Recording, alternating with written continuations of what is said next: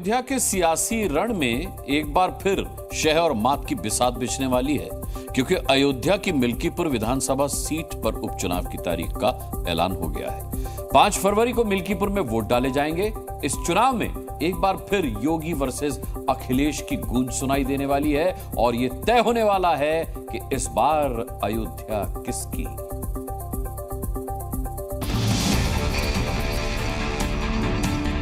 जब अयोध्या के लिए सौभाग्य आया तो इन रामद्रोहियों को तो परेशानी होगी ही होगी। ये कैसे इसको स्वीकार कर सकते हैं? ये लोग वही काम कर रहे हैं जिन्होंने पहले किया था, आज भी वही कर रहे हैं, आगे भी ये वही करेंगे। और इसीलिए कुछ नहीं मिलता। कहते हैं वही जो इनके काले कारनामे इनके गुर्गे करते रहे, वही आज भी वही बोल रहे हैं। अयोध्या के मिल्कीपुर में चुनावी मैदान सज चुका है। भगवान राम की पावन धरा पर चुनावी रणभेरी बज चुकी है। चुनाव आयोग ने तो मिल्कीपुर विधानसभा उपचुनाव की तारीख का ऐलान आज किया है, लेकिन बीजेपी और समाजवादी पार्टी ने काफी पहले ही मिल्कीपुर का मैदान फतेह करने की तैयारी शुरू कर दी है। सीएम योगी तो 3 महीने पहले ही मिल्कीपुर उपचुनाव का एजेंडा सेट कर चुके हैं।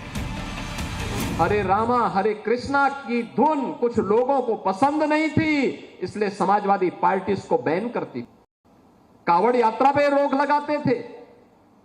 और किस कदर की अराजकता थी। दुर्गा पूजा में अयोध्या का दंगा किसने नहीं देखा? देवकाली मंदिर में कैसे मूर्ति चोरी हो गई थी समाजवादी पार्टी की सरकार में। मुझे गोरखपुर से आना पड़ा था, मैं सांसद था, मुझे आंदोलन करने के लिए यहां अयोध्या आना पड़ा था। मिल्कीपुर में 5 फरवरी को विधानसभा उपचुनाव की वोटिंग होगी और 8 फरवरी को इसके नतीजे आएंगे। मिल्कीपुर सिर्फ एक विधानसभा सीट है, लेकिन इसकी अहमियत इसलिए बड़ी है क्योंकि अयोध्या लोकसभा क्षेत्र में आती है, जो 2024 के लोकसभा चुनाव में बीजेपी को गहरा जख्म दे चुकी है। 2024 में भगवान राम की नगरी अयोध्या में मिली हार के बाद अब मिल्कीपुर उपचुनाव योगी के लिए प्रतिष्ठा का सवाल बन गया है। इसीलिए तो मिल्कीपुर का मैदान फतेह करने के लिए खुद योगी आदित्यनाथ ने जिम्मा संभाल लिया है। 15 दिन के भीतर सीएम योगी 3 बार अयोध्या का दौरा कर चुके हैं। 11 जनवरी को फिर योगी अयोध्या का दौरा करने वाले हैं। इतना ही नहीं, योगी के लिए मिल्कीपुर की कितनी अहमियत है, इससे अंदाजा लगाइए कि एक सीट के उपचुनाव में प्रचार का जिम्मा 6 मंत्रियों को सौंप दिया गया है। यह देख रही है, भारतीय जनता पार्टी पूरी तरह से तैयार है। मिल्कीपुर का चुनाव ऐसे वक्त में होने वाला है जब प्रयागराज में महाकुंभ चरम पर होगा। मिल्कीपुर में 5 फरवरी को वोटिंग है। उससे पहले 3 फरवरी को महाकुंभ में बसंत पंचमी पर शाही स्नान होगा, जिसमें लाखों सनातनियों का हुजूम उमड़ने वाला है। उस वक्त महाकुंभ में लहरा रही धर्म ध्वजा का असर मिल्कीपुर उपचुनाव पर भी पड़ सकता है। इसे ध्यान में रखते हुए अखिलेश यादव भी अभी से अपनी रणनीति को धार देने में लगे हैं। 2 दिन पहले अखिलेश यादव पार्टी के सीनियर नेताओं के साथ मिल्कीपुर पर मंथन कर चुके हैं। तो सूत्रों के मुताबिक 27 जनवरी से पूरे प्रदेश में साइकिल यात्रा भी निकालने वाले हैं। इसके साथ ही अखिलेश ने हर जिले में संगठन के वरिष्ठ नेताओं को रात्रि विश्राम और चौपाल लगाने को कहा है।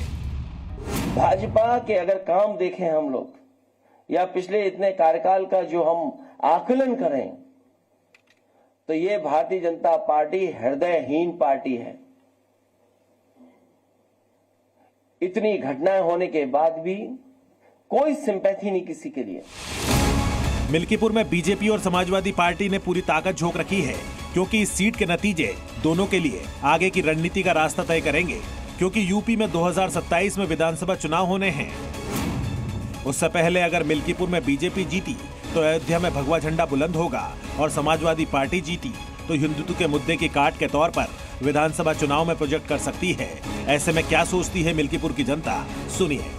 खाली यहाँ भाजपा में है, यहाँ भाजपा से कोई भी खड़ा होगा वही जीतेगा। योगी जीतेंगे, उनके काम की गणना हो रही है। मिल्कीपुर में योगी जी आएंगे भैया। विधानसभा का चुनाव है, उपचुनाव है, सरकार का चुनाव होता है। इसीलिए मिल्कीपुर उपचुनाव योगी और अखिलेश दोनों के लिए नाक का सवाल बन गया है। ब्यूरो रिपोर्ट, जी मीडिया।